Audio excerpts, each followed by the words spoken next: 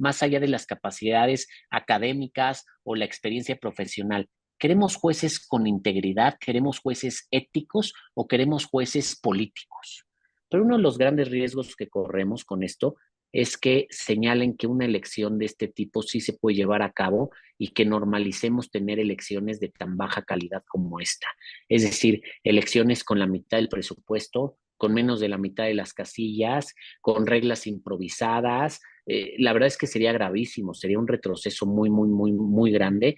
Y yo creo que esto es de lo que tenemos que valorar, más allá de si estamos de acuerdo o no estamos de acuerdo con la reforma, que repito, yo soy un convencido que esta no es la reforma que necesitaba el país.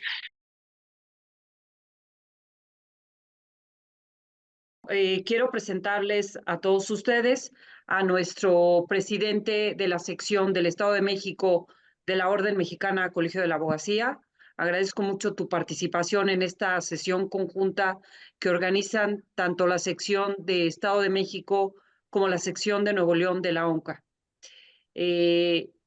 Por otro lado, quiero dar la bienvenida a mi querido amigo Arturo Espinosa Silis, que es un destacado jurista en materia electoral, es un agente que tiene un reconocimiento muy importante a nivel nacional e internacional. Y te agradezco mucho, querido Arturo, que hayas tenido la disposición de estar aquí con nosotros y compartir tus conocimientos en esta sesión con la Orden Mexicana Colegio de la Abogacía. Bienvenido. Adelante, por Muchas favor. gracias.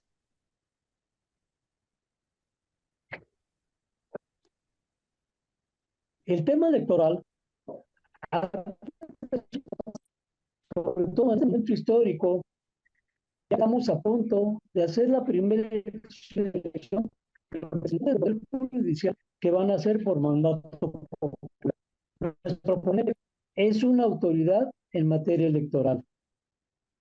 Egresado de la Universidad Panamericana, cuenta con la maestría en la Universidad Nacional Autónoma de México. Ha realizado varios diplomados y por mencionar uno de ellos en argumentación jurídica y análisis político. Además, ha cursado programas de alta dirección. Actualmente es socio de la consultoría estratégica electoral especializada en derecho electoral. Colaboró para la Sala Superior del Tribunal Electoral del Poder Judicial de la Federación como secretario de Cuentas. Es autor de varios libros como Justicia y Democracia en México, Fortalezas y Debilidades del Sistema, Modelos de Justicia Electoral en América Latina, Sentencias Electorales a debate. Actualmente es catedrático de la Universidad Panamericana. Bienvenido, doctor Arturo Espinosa Siles, con el tema Reglas de Campaña. Muchas gracias a todas y a todas las personas que se conectan. Muchas gracias, Cristina Vizcaíno, por la invitación.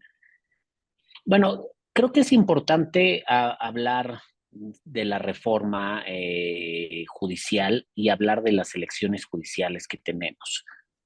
Yo honestamente no, digamos, creo que ya se debatió mucho sobre la pertinencia o no de la reforma. La reforma al día de hoy es una realidad, nos guste o no como abogados, como abogadas, pues la reforma va y se va a llevar a cabo. Estamos ya en plenas elecciones que se van a realizar. Lo que sí me parece importante es analizar desde dos puntos de vista. Uno, cómo se están llevando a cabo las elecciones, qué está pasando con las elecciones, y dos, cuáles van a ser un poco las consecuencias de esta reforma. Por un lado, yo señalaría en la parte de las elecciones, estamos ante un proceso electoral inédito que nunca se había llevado a cabo en nuestro país, pero con un alcance que nunca se había llevado a cabo en el mundo. Es cierto que algunos países, pocos, muy pocos, sí llevan a cabo algún tipo de elecciones judiciales. Bolivia, para sus órganos terminales, realmente 26 cargos son los que se eligen por elección, por mandato popular. Estados Unidos, algunos estados llevan a cabo respecto de jueces menores sus elecciones, y en Suiza también hay algún tipo de ejercicio judicial, y en Japón, que más bien es una especie de ratificación del cargo, no es una elección como tal. Por otro lado, también estamos ante una elección que realmente se está llevando a cabo de manera improvisada, sin reglas definidas. Nosotros estamos acostumbrados a que las elecciones, las reglas son perfectamente definidas a días antes de que siquiera inicie el proceso electoral. Esto es una cuestión de certeza jurídica, y aquí no, las reglas han ido construyendo sobre la marcha. Es un proceso electoral que ha tenido dos partes. Una primera parte que yo califico como política, es decir, en la cual hay una conducción política, algo que tampoco veíamos hace mucho en nuestro sistema electoral. Realmente la mesa directiva, la presidencia del Senado de la República, ha sido quien ha conducido esta primera parte, la parte de selección de los perfiles que van a integrar las listas de candidaturas, y que ha sido a partir de pura improvisación y de criterios pues, establecidos por la propia mesa directiva del Senado. Y una segunda parte que ha sido de organización de la elección y que es la que estamos viviendo. La postulación de las candidaturas, las listas, que han costado mucho trabajo hacer una definición final de las listas. ¿Por qué? Porque ha habido muchos errores, hay muchos... Ha costado trabajo definir la geografía electoral para esta elección. Ha sido sumamente complejo esta parte, este capítulo de las elecciones. Las reglas se han ido haciendo sobre la marcha, estamos llevando a cabo unas campañas realmente bastante acotadas, en principio, en las cuales los perfiles que digamos, hay distintas variedades de perfiles, personas que están en funciones, que vienen de la carrera judicial y que están desarrollando, están participando en esta elección, personas sin duda vinculadas a la vida política y vinculadas al partido en el gobierno, al oficialismo, personas, abogados, abogadas, postulantes, litigantes de empresa que están participando y que lo ven como una oportunidad para formar parte de la judicatura sin necesariamente tener una carrera judicial, y sin duda también muchas personas que tienen antecedentes o que tienen un historial que puede parecer en principio no poco propicio para juzgadores electorales. Sobre las campañas se han ido implementando, se han ido creando las reglas que lo rigen. Son campañas que deben de ser financiadas por los propios aspirantes, no reciben ningún tipo de financiamiento público, ni pueden recibir ningún tipo de financiamiento privado, es decir, cada quien tiene que financiar sus propias campañas, los topes de gastos de campañas, es decir, el monto máximo que pueden gastar va desde los 220,000 pesos para los jueces de distrito hasta el 1,400,000 pesos para quienes van a los cargos nacionales, como son los ministros, ministras de la Corte. Imagínense que ustedes ahorita buscan participar en una campaña y tienen que poner 1,400,000 pesos para hacer sus campañas. Realmente no, posiblemente no todo el mundo o muy pocas personas puedan hacer algo similar, y además muy acotadas, no pueden hacer grandes eventos, es una elección en la que no pueden participar los partidos políticos, el sector público no puede participar, al menos para apoyar a favor o en contra a algún candidato. Ayer el tribunal acaba de resolver que sí pueden promover la participación ciudadana en la elección, pero siempre y cuando sea neutra, sea de una manera imparcial. Entonces, todo esto hace que sean unas campañas complicadas. Además, los candidatos tienen que cumplir con un sinfín de reglas, tienen que registrar los gastos que realizan, los eventos que llevan a cabo. Los eventos básicamente pueden consistir o en invitaciones o foros en los que participen universitarios, en colegios de abogados, en algún tipo de organización que esté interesada en conocer las posturas. Pueden hacer reuniones pequeñas, algún tipo de volanteo, salir a la calle volanteo. No pueden hacer eventos masivos, no pueden hacer eventos públicos grandes. Todo tiene que ser bastante acotado. Digamos, son unas campañas sumamente austeras en ese sentido. Por otro lado, además, las elecciones se van a llevar a cabo, bueno, las campañas duran 60 días y se van a llevar a cabo de una manera sumamente diferente a como estamos acostumbrados. No son unas elecciones en lo que estamos acostumbrados. La boleta es una boleta por listas en la cual no habrá estos recuadros con los emblemas partidistas, va a haber unas listas sumamente grandes. En el caso, por ejemplo, de la boleta de ministros y ministras de la Corte, son listas hasta con 64 nombres, lo cual pues va a ser difícil identificarlos e identificarlas. Eh, Realmente es una elección con características muy distintas a las que estamos acostumbrados. Esta es la parte electoral. En las boletas, por ejemplo, en las boletas de magistrados, magistras de circuito, de jueces y juezas de distrito, van a venir las listas y además va a venir la especialización por materia. Las materias que están definidas son materia civil, materia administrativa, materia penal, materia laboral, en algunos casos locales, materias mercantiles, pero por ejemplo, todos estos juzgados especializados que como abogados y abogadas conocemos, en concursos mercantiles, en el nuevo sistema penal acusatorio, en telecomunicaciones, no están identificados como tal en las boletas, están como adheridos a alguna otra de las materias, entonces es difícil identificarlos. Cargos como estos juzgados especializados que son nacionales solamente se van a elegir en ciertas alcaldías de la Ciudad de México. Es una elección que ha costado mucho trabajo, es una elección que no tuvo un diseño previo, que no tuvo una planeación previa. Realmente nosotros pensamos muchas veces que en el ciclo electoral, así se denomina el tiempo que transcurre entre elección y elección, las autoridades electorales no hacen nada, pero hacen justamente toda la planeación, la depuración del padrón electoral, revisan la distritación electoral, toda la planeación para la promoción de la elección, todo el diseño que tiene que tener la elección para poderse implementar. Aquí no hubo este tiempo. La reforma se publicó en el Diario Oficial de la Federación el 15 de septiembre de 2024 y el proceso electoral inició el 23 de septiembre de 2024. Entonces, todo esto es algo que ha hecho sumamente complicada. Dentro de los que están participando, los jueces y juezas que están en funciones, pues realmente tienen que dividir sus tiempos entre la campaña y seguir, seguir en elección, haciendo en sus funciones jurisdiccionales. Esta parte también lo hace sumamente compleja. Quienes nos dedicamos a esto sabemos que los candidatos y candidatas es un trabajo de tiempo completo.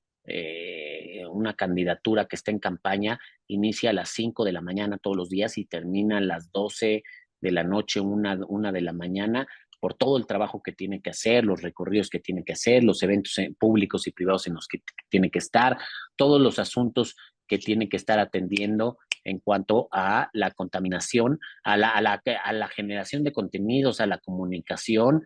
Es sumamente complicado ser candidato y aquí están dividiéndose entre ser juzgadores ser candidatos, candidatas. Desde luego, pues los juzgados están, yo no diría abandonados, pero pues alguien que por lo general se dedicaba solamente a estar en su juzgado, estar resolviendo, estudiando sus asuntos, elaborando sus sentencias, hoy tiene que estar partido en dos funciones. Yo nuevamente, insisto, entiendo que hay mucha oposición a la reforma, pero también ten claro que la reforma hoy en día es una realidad y es una realidad que yo veo difícilmente revertir, al menos en los próximos 10, 15, 20 años incluso. ¿Por qué? Porque necesitamos que haya una mayoría nuevamente suficiente para reformar la Constitución y para poderla revertir. Ojalá y pueda ser antes, pero yo no considero que haya condiciones para que se pueda revertir previamente. Ahora, más allá de la organización del proceso y de estas reglas de las campañas, creo que hay que dimensionar la profundidad de la reforma y el impacto que va a tener en la profesión jurídica. Sin duda, en quienes litigamos, van a cambiar muchas lógicas. Hoy en día ya no va a ser necesaria una demanda de calidad, con mucha argumentación, sino también va a ser indispensable conocer, tener buena relación con el juez, jueza que vaya a resolver, magistrado y magistrada. Anteriormente, los magistrados, magistradas, los jueces, digamos, no tenían ningún interés en que siquiera supieran quiénes son. Eran personas que, pues, por lo general guardaban un perfil bajo, estaban en su oficina trabajando. Hoy en día a los jueces y juezas les va a interesar saber quiénes son, que la gente ubique sus nombres, quiénes son físicamente, que sepan que son jueces, qué hacen. Y esta es una cuestión que va a cambiar mucho. Hay algo importante, ¿qué va a venir después de la reforma? ¿Cómo va a ser la transición? Va a generar un impacto muy grande en la justicia. Por ejemplo, la Corte ya sacó un acuerdo en el cual en abril, me parece que mediados de abril, más hacia finales, va a celebrar su última sesión, ya no va a sesionar los jueves, va a sesionar menos veces a la semana, va a sesionar únicamente los asuntos urgentes, va a tratar de resolver lo más posible lo que tiene, pero de los asuntos nuevos los va a dejar a la nueva integración. Desde luego a la Corte se le va a cargar mucho el trabajo porque ahora ya no va a tener las salas, va a funcionar solamente en pleno, lo que quiere decir, por un lado, que hay menos ministros, va a haber 9 ministros y ministras, y los ministros y ministras, pues su voto va a pesar más, ya no van a ser 11, van a ser 9, y en ese sentido, pues cambian las dinámicas, ya no van a estar las salas para resolver, ya, digamos, vamos a ir sobre otra funcionalidad en la Corte. Y así va a pasar seguramente en muchos tribunales, en muchos juzgados. El 1 de septiembre toman posesión del cargo, asumen la protesta de ley para ser jueces, juezas, magistrados, magistradas, pero tendrán 15 días el nuevo órgano de administración judicial para asignarlos. Acordémonos que el Consejo de la Judicatura se va a dividir entre el Tribunal de Disciplina Judicial, que también vamos a elegir, y que es una especie de órgano supervisor de la actividad de los jueces y juezas, y el órgano de administración, que es quien se va a encargar no solo de las finanzas del Poder Judicial, que de por sí ya están bastante comprometidas, sino también de la adscripción de jueces. Del 1 de septiembre al 15 de septiembre tendrá este órgano de administración tiempo para hacer todas las asignaciones, lo cual es muy poco tiempo. El INE va a entregar las listas de quiénes son los candidatos, candidatas ganadores, y ya se les va a ir asignando los diferentes juzgados o tribunales que les corresponde, lo cual pues realmente es una locura. Sabemos, quienes estamos en contacto con el Poder Judicial, que hacer las asignaciones no es fácil. Además, este órgano de administración tiene que ser nombrado por los nuevos integrantes de la Corte, que también toman posesión el 1 de septiembre. Tendrán que entrar y ponerse de inmediato de acuerdo para nombrar este órgano de administración, y es un órgano de nueva creación, lo que implica que van a tener que llegar a hacer algo que probablemente nunca habían hecho varios y varias de ellas. ¿Por qué? Porque, pues, salvo que sea gente ya experimentada, tomada del propio Consejo de la Judicatura, pues serán personas que por primera vez lleguen a hacer estas asignaciones. Entonces, en resumidas cuentas, y sobre todo para dar tiempo para preguntas, que creo que es lo más importante, seguramente habrá bastantes dudas, bastantes comentarios. Estamos ante una elección complicada, compleja, en la cual hay mucho ruido porque hay muchos candidatos y candidatas. La mayoría de las personas no sabe que habrán elecciones judiciales, no sabe qué hace un juez o qué hace un magistrado, no sabe qué hace una ministra de la Corte. Son cargos lejanos a la ciudadanía. Muchos ciudadanos y ciudadanas nunca han interactuado en un juzgado, nunca han acudido a un juzgado. Y no solo eso, ahora no solo tendrán que conocer eso, sino tendrán que ir a votar en una elección que se está haciendo de manera muy diferente, con una boleta sumamente diferente. Los cómputos de la elección durarán hasta 10 días, los llevarán a cabo las juntas del INE, no se harán en la propia casilla, es decir, no tendremos resultados ese mismo día en la noche, tendremos que ir viendo. El INE estima entre el 10 y el 15% de participación ciudadana, pero hay quien quienes incluso estiman abajo del 10%, 8%, 6% de participación ciudadana. Yo creo que estamos ante un cambio importante en la justicia que tendrá sin duda muchos impactos en la justicia, pero que además de todo tendrá una elección que no solo es polémica, sino que es muy difícil de ejecutar. Muchas de los riesgos que se advirtieron, que advertimos quienes nos dedicamos a esto previo a la reforma, los estamos viendo patentes, los estamos viendo que se están realizando y pues bueno, estamos en un escenario sumamente complejo, pero es un escenario que es real, en el que probablemente muchos se debatirán entre participar o no participar, pero pues bueno, elecciones va a haber, las elecciones se van a llevar a cabo y va a ser una realidad que va a durar unos cuantos años al menos como parte del mecanismo para designar al Poder Judicial y los riesgos, el impacto en la impartición de justicia va a ser alto. El Poder Judicial para muchos vive un tiempo complicado. Quienes litigamos, pues sabemos que hay muchos juzgados que no tienen ahorita las condiciones para impartir justicia, no solo porque los jueces, los magistrados están enfocados en las campañas, sino además porque los recursos se han recortado muchísimo, los recursos se han reducido muchísimo y esto hará que bueno, la situación cambie bastante, la verdad. Eh, hay que ver cuáles son los impactos, yo creo que hay que acabar de entender la reforma y sobre todo hay que ver hacia adelante en cómo nos va a impactar en la justicia. Yo, si quieren, ahorita en esta primera intervención aquí lo dejaría y daría pie a ver si hay preguntas o comentarios. Muchas gracias.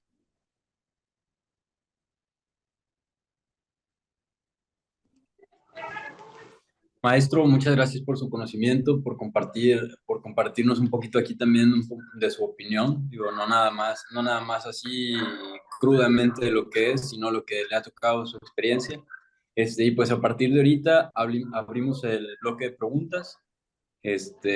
Ya sea si la quieran hacer ahí mediante audio, levantando ahí la mano, o por medio del chat escrito, los que no tengan ahí mucho acceso a micrófono ahorita.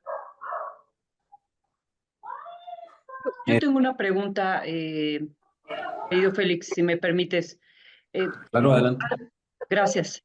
Arturo, de cara a este nuevo modelo para elegir a quienes van a estar en este Poder Judicial, eh, tenemos, como tú bien lo dices, creo que ha sido un aprender sobre la marcha, sobre reglas que se han ido construyendo, las reglas de campaña, las reglas de, incluso yo te diría las reglas para la intervención de quienes pueden llevar a cabo invitaciones o a foros a los propios candidatos. Para mí ha sido verdaderamente todo te lo cuento, ha sido todo un tema muy complicado definir cómo podía el colegio participar de una manera que cumpliera con todas las reglas establecidas por el INE. Entonces, no sé si pudieras comentarme tu opinión respecto de la participación de los colegios para poder hacer esta difusión de las candidaturas de quienes participarán en los puestos de elección al Poder Judicial. Claro que sí, Cristina.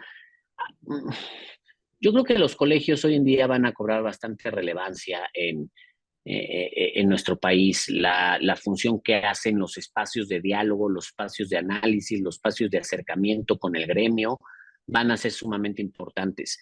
Como les decía, me parece que antes la lógica de los jueces, las juezas, era simplemente estar en su oficina, meterse ahí, encerrarse y estudiar, leer, escribir, revisar las sentencias, redactarlas, sin mayor necesidad de darse a conocer. Incluso, pues yo conozco a varios que preferían que nadie supiera que era juez, que preferían mantener un perfil bajo, que preferían estar estudiando, estar escribiendo en sus oficinas. Y hoy en día esta reforma los obliga a dejar de hacer eso, los obliga a salir, a tomar un papel mucho más protagonista en la vida jurídica del país frente a la ciudadanía, a darse a conocer, a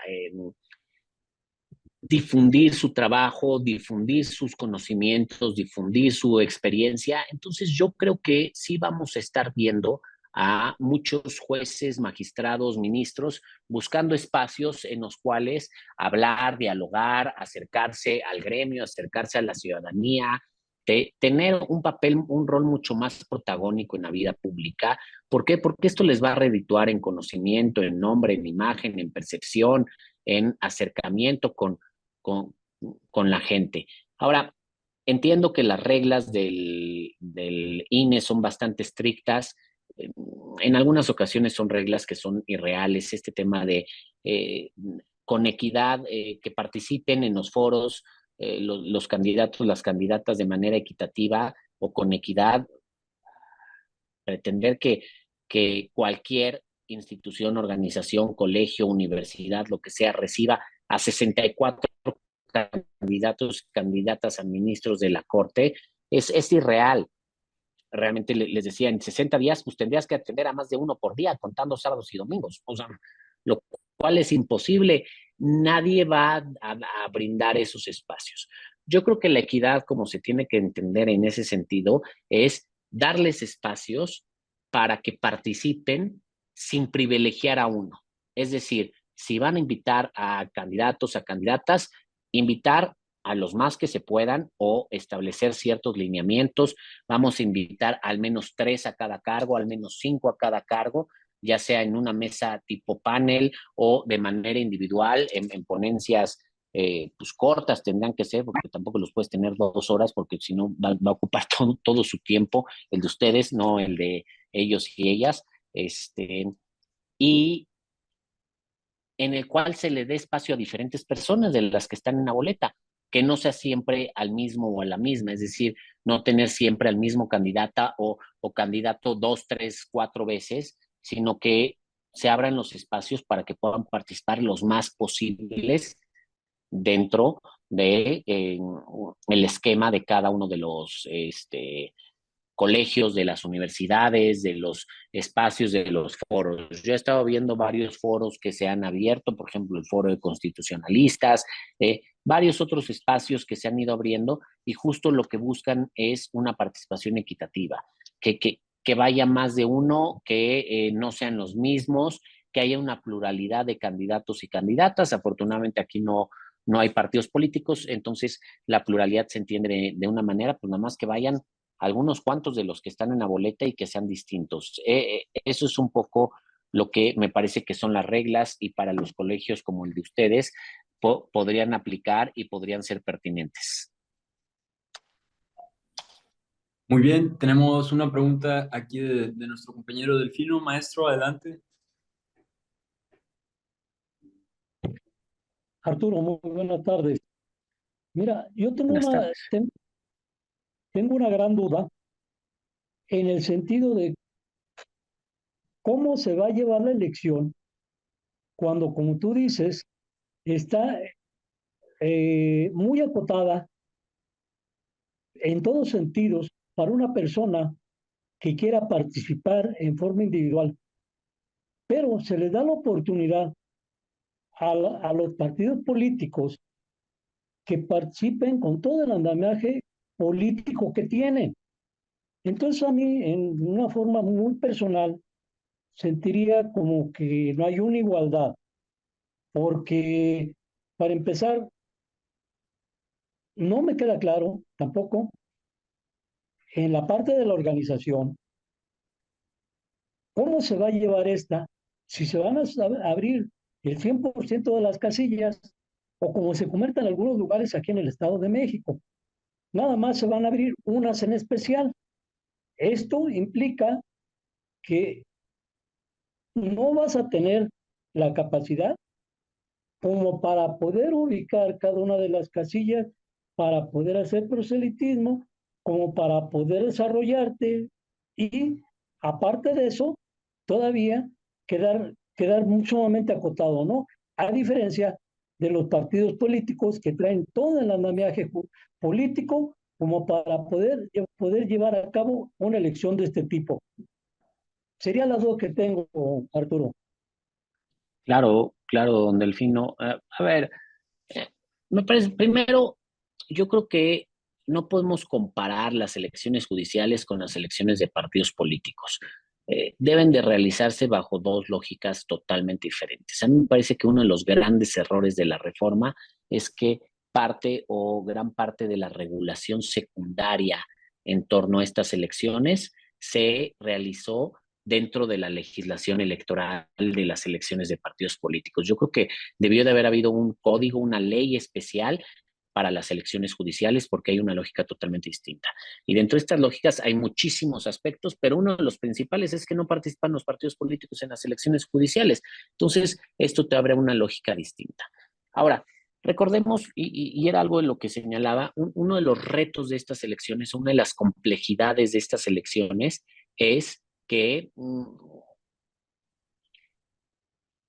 el INE solicitó un presupuesto para llevarlas a cabo. Al final son unas elecciones nacionales. Gran parte de los cargos que se eligen son nacionales. Se eligen 881 cargos a nivel federal. Habrá elecciones en 19 entidades federativas para los jueces y juezas locales.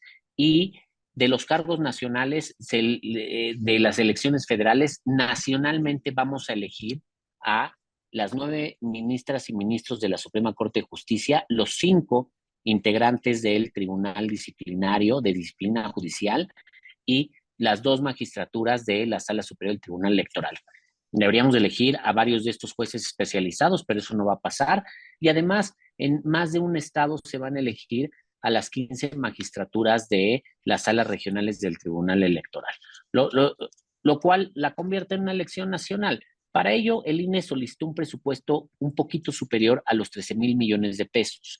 La elección presidencial y de legislativa de 2024 costó solamente para la organización de la elección 12,000 millones de pesos. Claro, se renovaban 629 cargos de elección popular, de los cuales poquito más de la mitad eran de voto directo, los demás son de representación proporcional. Ahora estamos eligiendo 881 cargos de voto directo.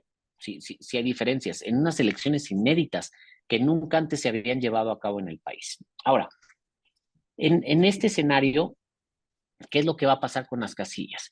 De entrada, por una cuestión presupuestal, se decidió que no vamos a tener las casillas que normalmente conocemos como las casillas más cercanas a nuestro domicilio.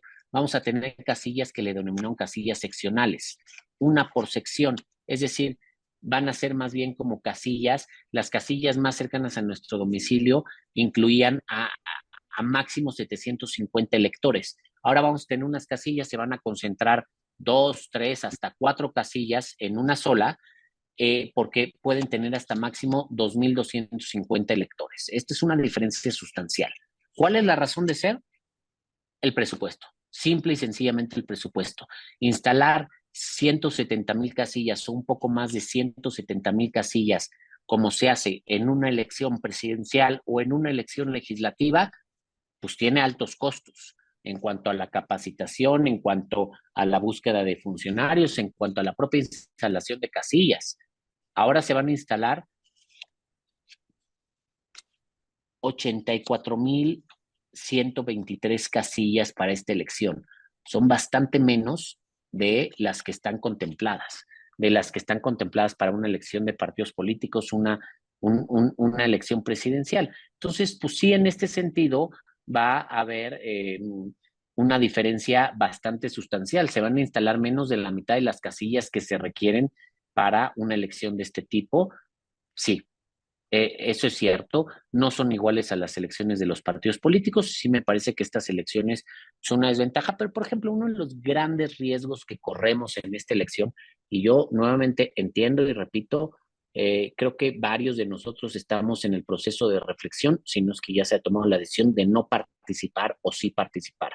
Seguramente varios han optado por no participar, pero uno de los grandes riesgos que corremos con esto es que señalen que una elección de este tipo sí se puede llevar a cabo y que normalicemos tener elecciones de tan baja calidad como esta.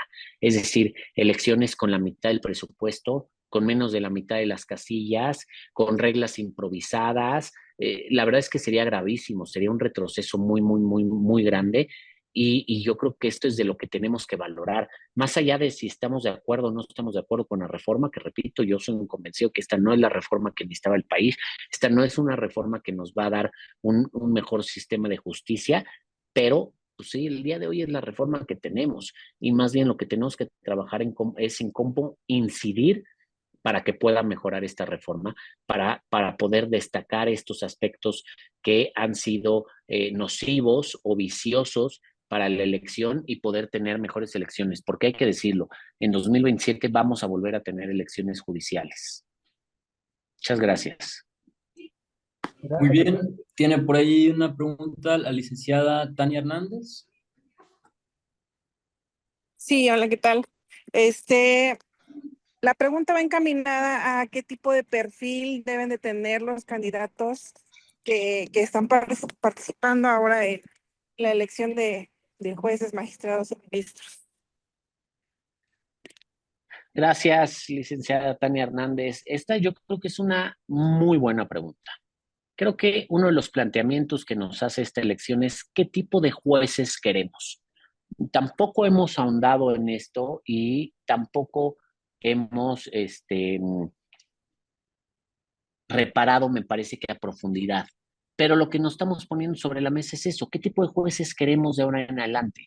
¿Queremos jueces preparados, con experiencia, con seriedad? ¿Queremos jueces que sepan lo que hacen, que conozcan su materia? ¿O queremos jueces improvisados, jueces que pues sean populares, jueces que sepan ganar una elección, pero no necesariamente sepan hacer el trabajo jurídico? Y yo haría una reflexión más a fondo, más allá de las capacidades académicas o la experiencia profesional. ¿Queremos jueces con integridad? ¿Queremos jueces éticos o queremos jueces políticos?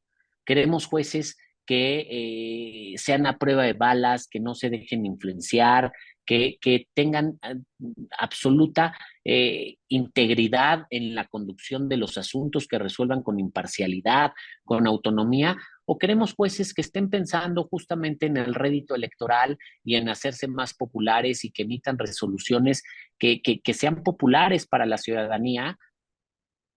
¿Qué tipo de jueces queremos? Esa es una pregunta en la cual, digamos, yo tengo la respuesta muy clara. A mí me parece que los jueces deben de ser no solo unas personas preparadas, capacitadas, con experiencia, personas intachables. A mí me gusta mucho, y esto no se ha debatido, en muchos países del primer mundo los jueces son figuras de autoridad, son figuras sumamente respetables en la comunidad, son figuras reconocidas en la comunidad por el papel que desempeñan, son nada más y nada menos quienes imparten justicia, quienes resuelven los conflictos, quienes tienen la última palabra en cuanto a quién tiene derecho, en cuanto a resolver, dirimir las controversias que se dan entre la ciudadanía. Queremos ese tipo de jueces que sean personas respetables, intachables, con un alto prestigio, con una alta consideración ciudadana, o queremos jueces que estén justamente en redes sociales bailando y haciendo show y medio. Creo que esa es una de las importancias de participar en esta elección y de ir definiendo eso y de rechazar a los perfiles que no queremos que nos representen, que juzguen.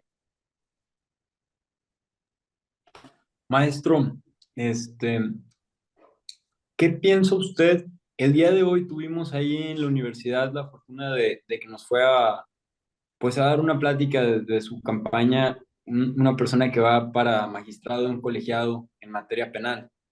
Y pues en parte de su plática, él nos comenta que lleva aproximadamente 27 años trabajando en Poder Judicial, y pues en aras también pues de señalar su incorruptibilidad y su integridad, nos platicó varias historias donde pues se ve comprometida su integridad, su vida, donde él ha sido amenazado de muerte varias veces, y pues afortunadamente se logró mantener ahí, pues a salvo y a lo que nos platicó sin comprometerse ni mucho menos. Pero pues ahora, con toda esta exposición que están teniendo las personas juzgadoras, ¿qué piensa usted de precisamente esta cuestión? O sea, especialmente en la materia penal, donde pues hay intereses bastante fuertes económicos, no solamente dentro del país, sino hacia el exterior, y que pues ahora, pues como bien usted dice, o sea, desafortunadamente se tienen que exponer a estar bailando en redes sociales y etcétera, porque pues si no, no llegas. Este, ¿Hay medidas ahorita para salvaguardar la seguridad de los juzgadores? Mira, Félix, muchas gracias por la pregunta. Creo que la reforma contempla una figura que se llama jueces sin rostro. Es decir, que justamente en los casos complejos, peligrosos, difíciles, las partes no conozcan quién es la persona juzgadora, no sepan quién es. Esta es una figura que se inventó en Colombia como una solución justamente a temas de crimen organizado, de terrorismo, pero que al día de hoy la Corte Interamericana ha declarado inconvencional. Justamente uno de los principios de la impartición de justicia es que las partes sepan quién los está juzgando.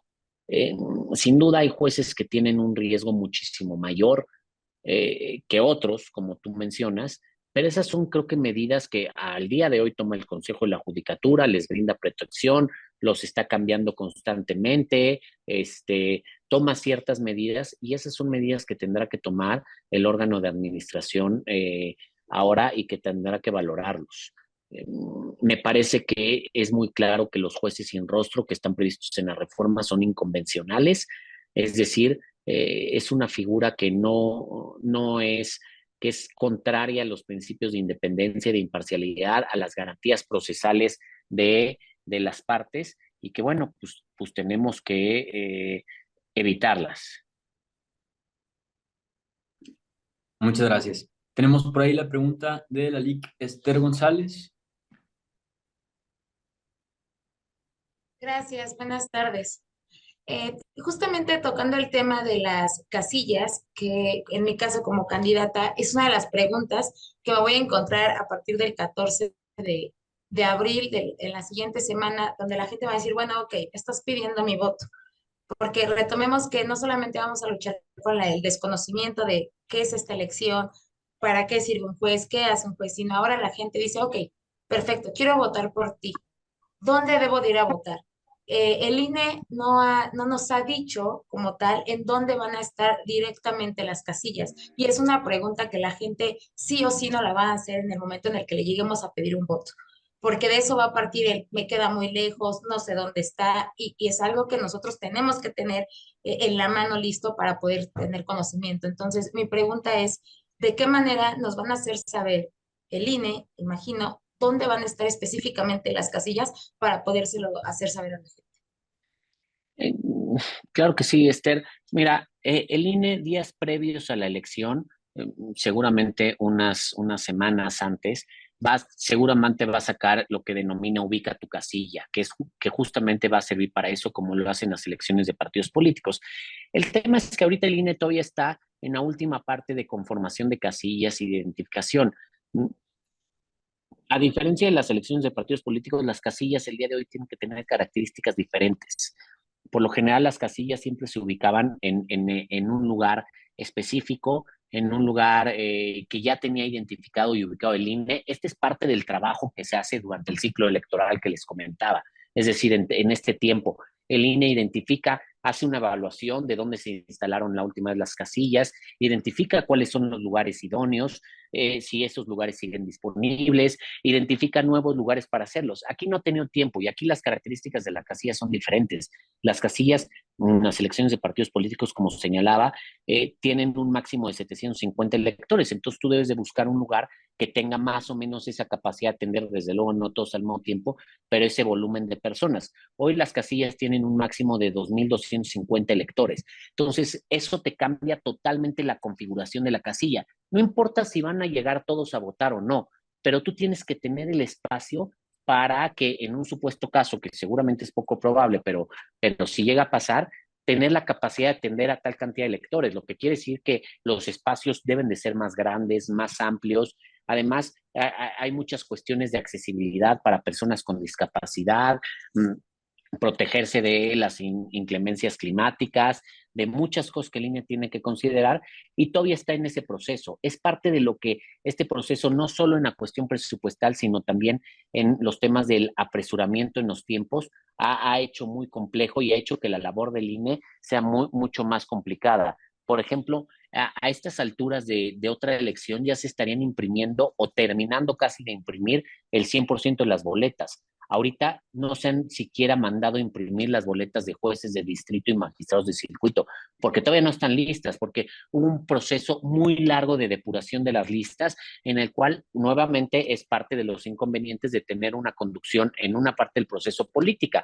Quien recibió todos los registros fue el Senado de la República y los comités. Ellos no tienen experiencia en recibir registros. Una de las etapas más complejas de los procesos electorales de partidos políticos es el registro de candidaturas. Es una etapa sumamente compleja y retadora para la autoridad.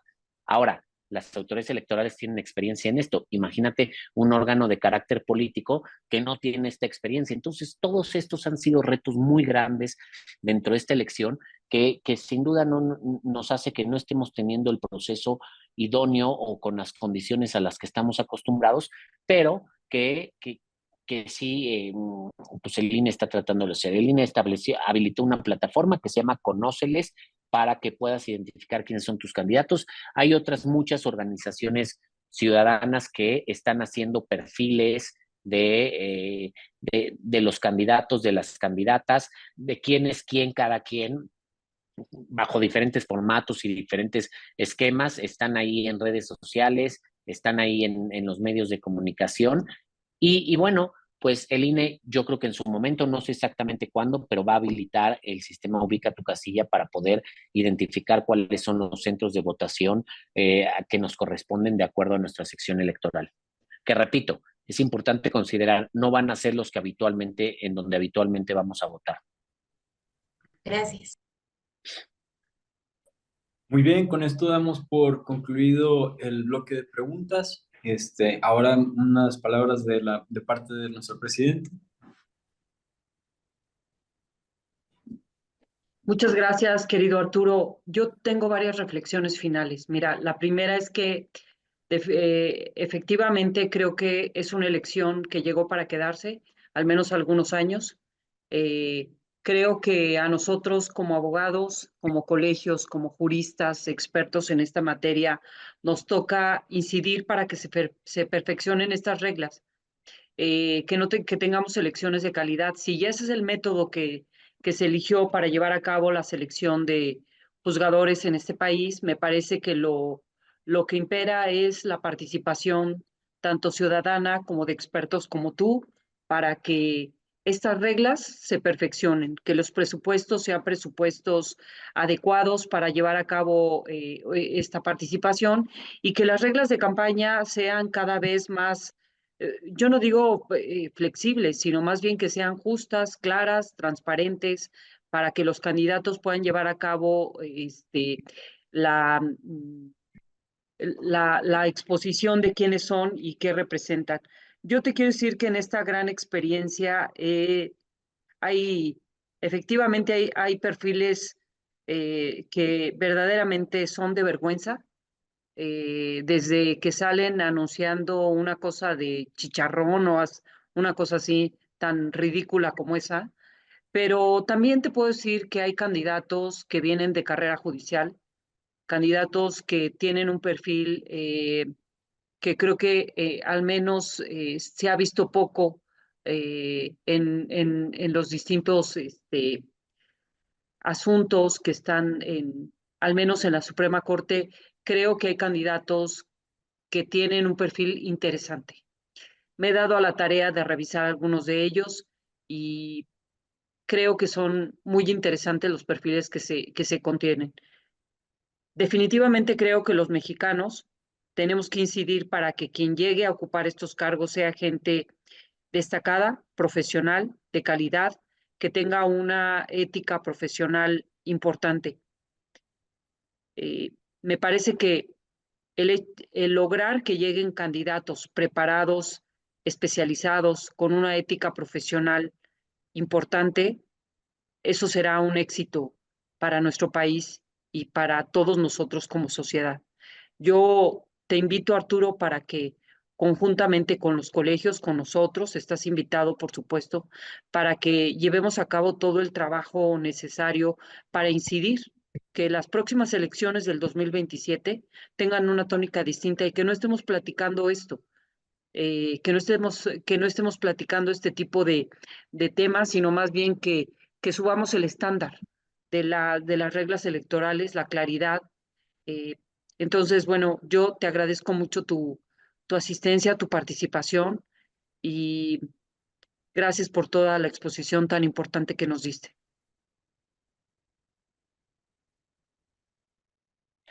Perdón, con mucho gusto, Cristina. La verdad es que me da mucho gusto que abran estos espacios de reflexión. Yo siento, yo considero, eh, te voy a ser honesto, o les voy a ser honestos, en los últimos días yo creo que he dado más de 10 pláticas sobre la elección judicial a diferentes grupos de todo tipo, políticos, estudiantes, abogados, abogadas, varias personas, y creo que hacen falta más espacios para reflexionar, para entender, para ver las implicaciones de la reforma al Poder Judicial.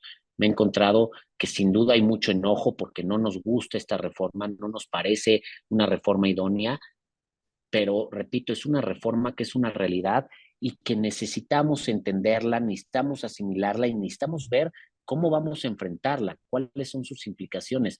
Entonces, celebro que generen estos espacios, que generen reflexión en torno al tema, que generen análisis en torno al tema y sobre todo como gremios de abogados, como uno de los principales eh, a quienes va dirigida la reforma, a quienes más nos va a impactar como abogados y abogadas, tenemos que hacer estos análisis, tenemos que generar estos espacios, esta reflexión y pues bueno, creo que me da mucho gusto saber que los están haciendo, Cristina. A todos y a todas, muchas gracias. Gracias a ti. Muy bien, entonces, acto seguido vamos a compartir, si nos ayudas, Anita, a compartir el reconocimiento de Arturo, por favor.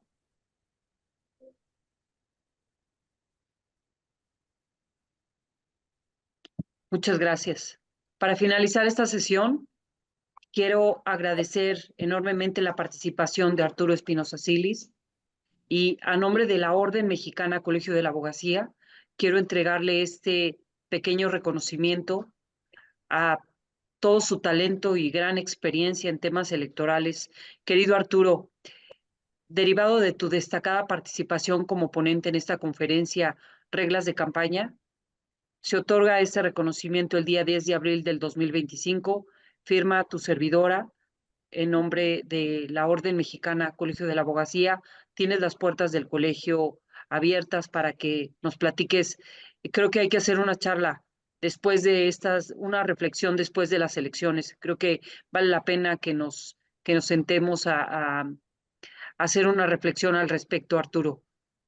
Claro que sí, con mucho gusto, Cristina, muchísimas gracias. Muchas gracias. Muchas gracias a todos que se conectaron. Les agradezco mucho su participación y estaremos enviando información al chat de la membresía. Gracias.